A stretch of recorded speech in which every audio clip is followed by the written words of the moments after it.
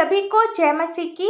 आज का ठहराया हुआ पवित्र वचन है मरकुस रचित सुसमाचार 10 अध्याय का 27 पद, जिसमें लिखा है, मनुष्यों से तो यह नहीं हो सकता परंतु परमेश्वर से हो सकता है, क्योंकि परमेश्वर से सब कुछ हो सकता है। मेरे प्रियो, हमारे जीवन में जब ऐसी समस्याएं आती है जिसका सामना हम नहीं कर सकते, उन समस्याओं और उन दुखों को सहने की क्षमता हम मनुष्यों में नहीं रहती, जिसे हम अपनी क्षमताओं से नहीं संभाल सकते, तो ऐसे समय में यह मत भूलिए कि यीशु ने कहा, मनुष्यों से तो यह नहीं हो सकता परंतु परमेश्वर से हो सकता है, क्योंकि परमेश्वर से सब कुछ हो सकता है। परमेश्वर के पास अधिकार और शक्ति है। वह ऐसे काम कर सकते हैं जिन्हें हम असंभव समझते हैं। हमें परमेश्वर से सच्ची आस्था और उस पर भरोसा रखना है। जब भी हम इस वचन को पढ़ेंगे तो परमेश्वर के अधिकार और शक्ति को समझने में मदद मिल सकती है और परमेश्वर में हमारा विश्वास बढ़ सकता है। जो किसी व्यक्ति के पास नहीं, केवल परमेश्वर ही वे कार्य को कर सकते हैं जो हमारे लिए असंभव है, और जिन बातों को हम असंभव समझते हैं वह परमेश्वर के लिए संभव है। बाइबल के एक वचन में हम देखेंगे कि जब मूसा इजरायलियों को मिस्र से बाहर ले गया और उसके पास जाने का कोई रास्ता नहीं था, उसके सामने लाल समुद्र और उसके पीछे मिस्र की सेना थी, उसने परमेश्वर से प्रार्थना की और परमेश्वर ने लाल समुद्र को 2 भाग कर दिया, इसलिए इजरायली लाल समुद्र को सुरक्षित पार कर सके। नए नियम में हम लाजर के विषय में देखेंगे।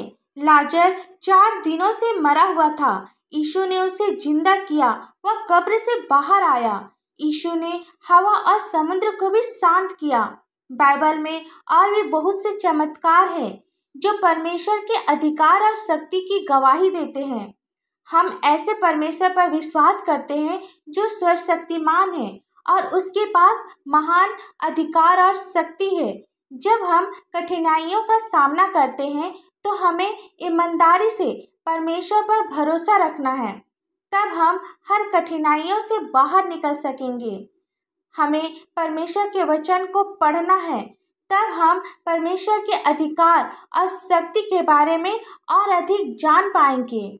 हमें इस वचन पर विश्वास करना है, जो मनुष्यों से नहीं हो सकता वह परमेश्वर से हो सकता है। जब हमें लगे कि ये काम हमसे नहीं होगा, तो आप उस समय इस वचन को याद करें और परमेश्वर के चमत्कार को अपने जीवन में देखें। आइए हम सब प्रार्थना करें।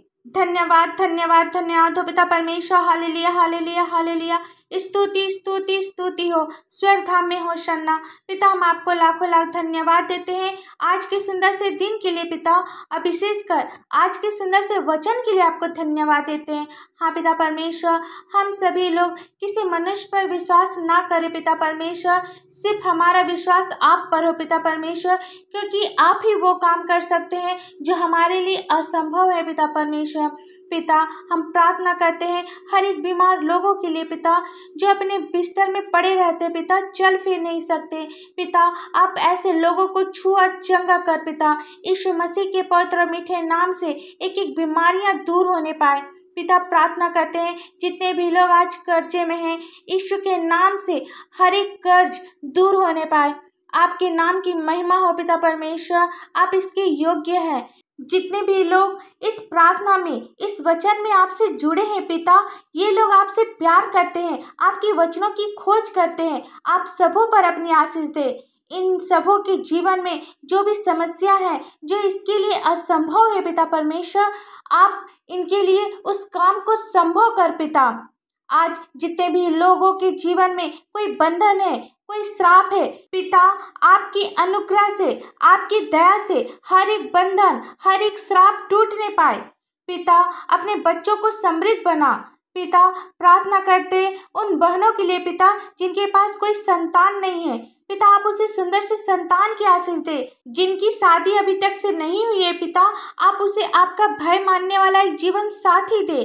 जिनके पास अपना कोई घर नहीं है, आप उसे घर की आशीष दे पिता। जिनके पास कोई नौकरी नहीं है पिता, आप उसे अच्छी सैलरी वाली नौकरी दे पिता।